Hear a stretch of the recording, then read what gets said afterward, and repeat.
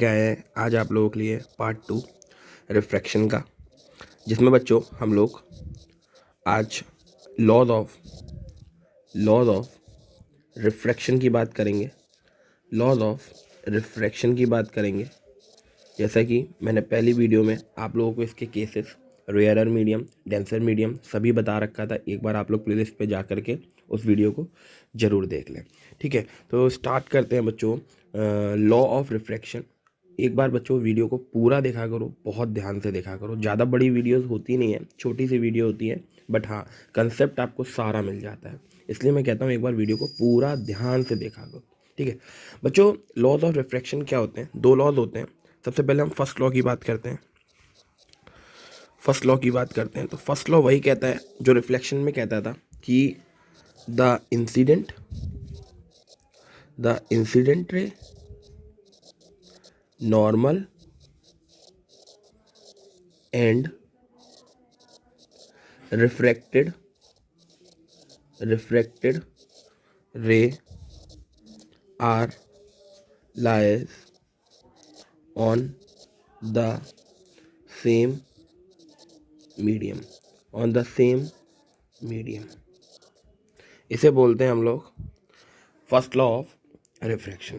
कि भाई ऐसा माना जाता है कि जो इंसिडेंट रे होती है, नॉर्मल होती है और रिफ्रैक्टेड रे होती है, वो लाए करते हैं on the same plane, same medium और सेम प्लेन। ठीक है जी, सेम प्लेन। अब बच्चों बात ये आ जाती है कि आपका जो फर्स्ट लॉ है वो और किस चीज़ के लिए मतलब कह सकते हैं, जैसे किस तरीके से ऐसा होता होगा। जैसे आप ये समझो, मान लो ये आपका एक कोई ट्रांसपेरेंट मीडियम है। ठीक है, ये कोई एक ट्रांसपेरेंट मीडियम है। यहाँ से आपने इंसिडेंट रे डाली। ठीक है, यहाँ से आपने इंसिडेंट रे डाली और यहाँ से आपने नॉर्मल डाला।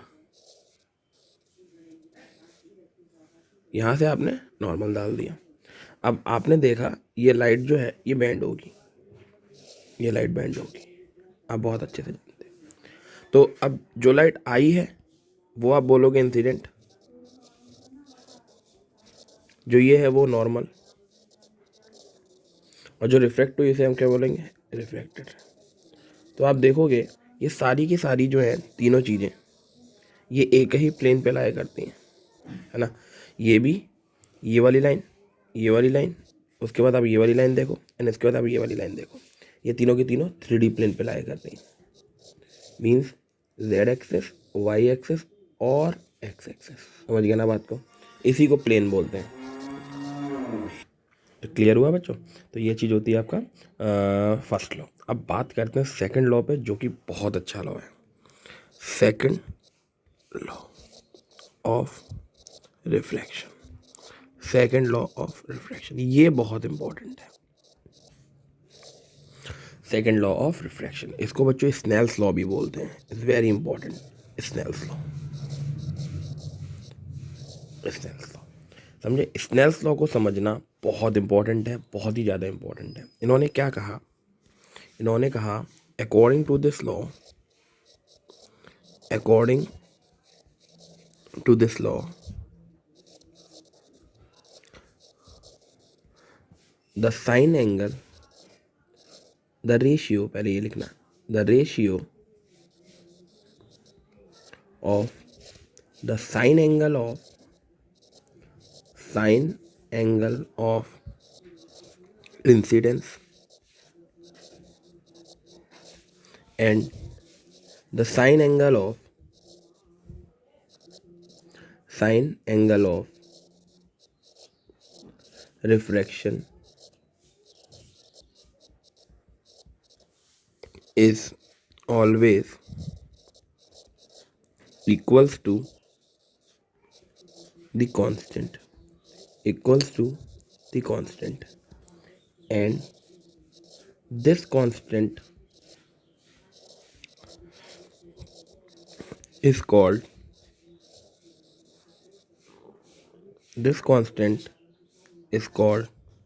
refractive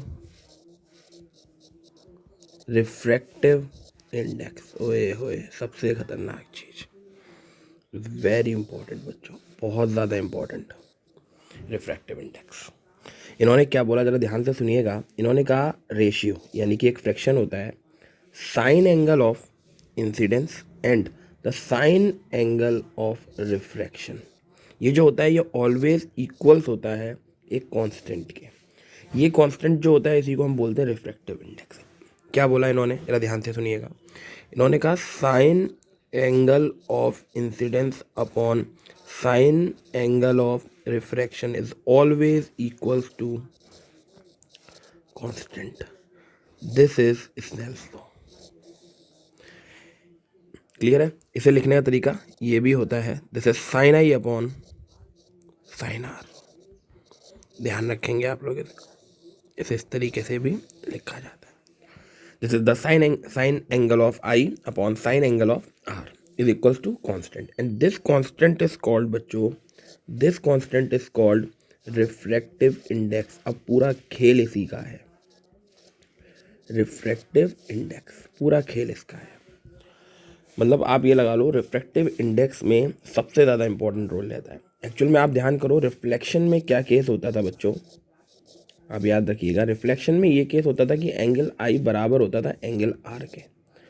अब आपने इसके तीनों केस देखे थे, आपने इसको तीनों केस देखे थे। आप देख सकते हैं यहाँ पर, मैंने आपको यहाँ पर पूरे तीनों केस पहली वीडियो में पढ़ाए थे कि पहले केस में एंगल आई ग्रेटर होता है एंगल आर से, और दूसरे केस में एंगल आर जो है वो ग्रेटर होता है एंगल आई से, और तीसरे केस में जो होता है दोनों बराबर होते हैं 0 डिग्री के। लेकिन ये एक स्पेशल केस होता है, ये एक स्पेशल केस होता है ना।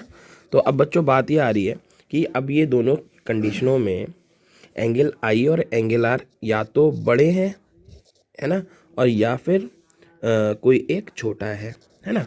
तो अब इनको तो हमें इक्वल करना है, इनको हमें क्या करना होता है, इक्वल करना होता है। तो अब इक्वल करने के लिए उन्होंने क्या करा, जरा देखिएगा। स्नेल साहब ने बोले इस तरीके से लाइट आई, ये गई, ये नॉर्मल हो गया, लाइट जो है वो इस पास से अपनी बेंड हो गई। बोले ये नॉर्मल है, बोले नॉर्मल के साथ जो ये एंगल बना रहा है ये आई है, और रिफ्लेक्टेड के साथ जो एंगल बना रहा है रिफ्लेक्टेड रे के साथ उसे आर है। अब उन्होंने कहा इसका आप क्या करें, एक कांस्टेंट ले लें। ध्यान से देखिएगा, बड़ा समझ में आ जाएगा आपको, कोई दिक्कत वाली बात नहीं। ये 90 डिग्री हुआ बच्चों, ठीक है। ये मैंने एक इमेजिनरी लाइन मान ली यहाँ से, ये 90 डिग्री हो गया, ठीक है। अब बच्चों पता है आपको 90 के सामने वाले को बोलते हैं हाइपोटेन्यूज, हाइपोटेन्यूज के सामने वाले को बोलते हैं perpendicular, and this is base. बोलो जी क्लियर है, कोई दिक्कत तो नहीं। अब इन्होंने साइन एंगल ले लिया, साइन आई। साइन आई क्या होता है आप खुद बताओ, परपेंडिकुलर अपॉन हाइपोटेन्यूज, सही है जी, ये हो गया। उसके बाद बेटा सेम इन्होंने इस वाले केस में ले लिया, ठीक है। इस वाले केस में sine R, sine R is equal to क्या होगा आप खुद सोचो, ये 90 डिग्री बच्चा, तो 90 डिग्री के सामने वाला हाइपोटेन्यूज, इसके सामने वाला परपेंडिकुलर, इसके सामने वाला बेस, ठीक है। तो परपेंडिकुलर अपॉन हाइपोटेन्यूज, इक्वेशन कौन सी हो गई। इन्होंने क्या करा, दोनों को डिवाइड कर दिया बच्चों, sine I upon sine R, ठीक है। तो इन्होंने देखा ये हो गया पी अपॉन एच, और इनटू ये हो गया एच अपॉन पी, ठीक है। ये जो वैल्यू निकल करके आई ना बच्चों, ये इसको इन्होंने बोला एनी कांस्टेंट, इसको इन्होंने बोला एनी कांस्टेंट। और इसी कांस्टेंट को बच्चे इन्होंने क्या नाम दिया हम आपको बताते हैं। इसी कांस्टेंट को इन्होंने एक एन से दिखाया, एन से, ठीक है, एन से। और इस एन को इन्होंने क्या बोला, रिफ्रैक्टिव इंडेक्स, रिफ्रैक्टिव इंडेक्स, ठीक है जी। ये रिफ्रैक्टिव इंडेक्स बच्चों आपको ये बताता है कि नेचर ऑफ मीडियम कैसा है। क्या बताता है आपको, नेचर ऑफ मीडियम के बारे में, नेचर ऑफ मीडियम के बारे में हमेशा ध्यान रखा करो, ये आपको ये बताता है। अभी आगे जब पढ़ेंगे हल्के हल्के तो क्लियर होगी। नेचर ऑफ मीडियम का मतलब ये होता है जो मीडियम है वो कितना डेंसर है, जो मीडियम है आपका वो कितना डेंसर है ना, कितना डेंसर है, एंड बच्चे कितना रेयरर है। इन चीज़ों पे काम करता है कौन बच्चों, रिफ्रैक्टिव इंडेक्स। कैसे हमको ये पता लगेगा कि कोई मीडियम कितना ज़्यादा डेंसर है और कितना ज़्यादा रेयरर है, इस तरीके से हम लोग को पता लगता है। ऐसा माना जाता है बच्चा जी कि रिफ्रैक्टिव इंडेक्स जो होता है ना, रिफ्रैक्टिव इंडेक्स जो होता है उसकी वैल्यू अगर ग्रेटर देन 1 होती है तो मीडियम जो होता है वो डेंसर होता है। अगर रिफ्रैक्टिव इंडेक्स की वैल्यू लेस देन और इक्वल्स टू रहती है बच्चे 1 के, तो ऐसा माना जाता है कि रेयरर मीडियम है। कौन सा मीडियम है, रेयरर मीडियम है। आपको ये चीज़ें थोड़ी सी ध्यान रखनी है, ठीक है, बहुत आराम से। अभी आगे जा करके और अच्छे से हम लोग इस चीज़ के बारे में जानेंगे, ठीक है, तो मुझे उम्मीद है सेकंड लॉ थोड़ा थोड़ा क्लियर हुआ होगा, है ना, अच्छे से क्लियर हो गया होगा। सेकंड लॉ क्या होता है? सेकंड लॉ आपको ये कहता है कि भैया sine I upon sine R is always equal to constant. और ये कांस्टेंट कैसे आया? देखो जब दोनों में से कोई चीज़ें इक्वल तो थी नहीं, तो इन्होंने क्या करा भैया, एक केस बनाया इन्होंने, और उस केस में इन्होंने इस तरीके से ट्राइंगल्स कंसीडर करे, जहाँ पे इन्होंने साइन को लिया और साइन आर को लिया, दोनों को इन्होंने डिवाइड कराया। इन्होंने देखा पी से पी, अब ये पी से पी कट मत कर देना, यही एक कांस्टेंट बनेगा लाइट की स्पीड में, आगे जा करके हम लोग देखेंगे। ये होता है बच्चों जितना पाथ होता है ना, जितना पाथ, और ये होती है जितनी दूर से रे आपकी आई है, और ये हो जाता है नॉर्मल। ठीक है, इन दोनों का खेल रहता है, इन दोनों का, ध्यान से बिल्कुल एकदम, ठीक है, ये इन दोनों का खेल रहता है। ठीक है, तो यहाँ से हमारा sine I upon sine R आ जाता है, और इसी वैल्यू को इन्होंने कांस्टेंट वैल्यू को क्या बोला, एन को क्या दिखाया इन्होंने, रिफ्रैक्टिव इंडेक्स। रिफ्रैक्टिव इंडेक्स आपको किसके बारे में बताता है, जरा बताओ, नेचर ऑफ मीडियम के बारे में, मीडियम कैसा है ना। अगर एन की वैल्यू बन जाए, तो मान लो एन की वैल्यू आ गई 1.5, तो आपको पता चल जाएगा ये एक डेंसर मीडियम है ना। और अगर एन की वैल्यू मान लो 1 आ गई, या एन की वैल्यू मान लो 0.75 आ गई, तो आप समझ जाओगे कि ये एक रेयरर मीडियम होगा। आप समझने की कोशिश कर रहे हो ना, ये एक रेयरर मीडियम होगा। इस तरीके से रिफ्रैक्टिव इंडेक्स का कंसेप्ट रहता है। फॉर्मूला हमेशा याद रखोगे, N is equal to sine I upon कितना, साइन आर। बहुत ध्यान से इस चीज़ को आपको ध्यान में रखना है। ठीक है जी, क्लियर हुआ? ये होते हैं हमारे दो लॉस।